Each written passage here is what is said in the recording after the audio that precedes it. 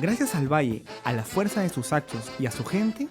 una vez más para mí el Valle del Mantaro se convierte en un punto de encuentro, donde no importa de qué parte del Perú vengas, puedes disfrutar de todo esto que es nuestro junto a un pueblo donde nadie puede sentirse extraño. Y cómo con la música, a través de un instrumento, te puede hacer sentir parte de una gran familia.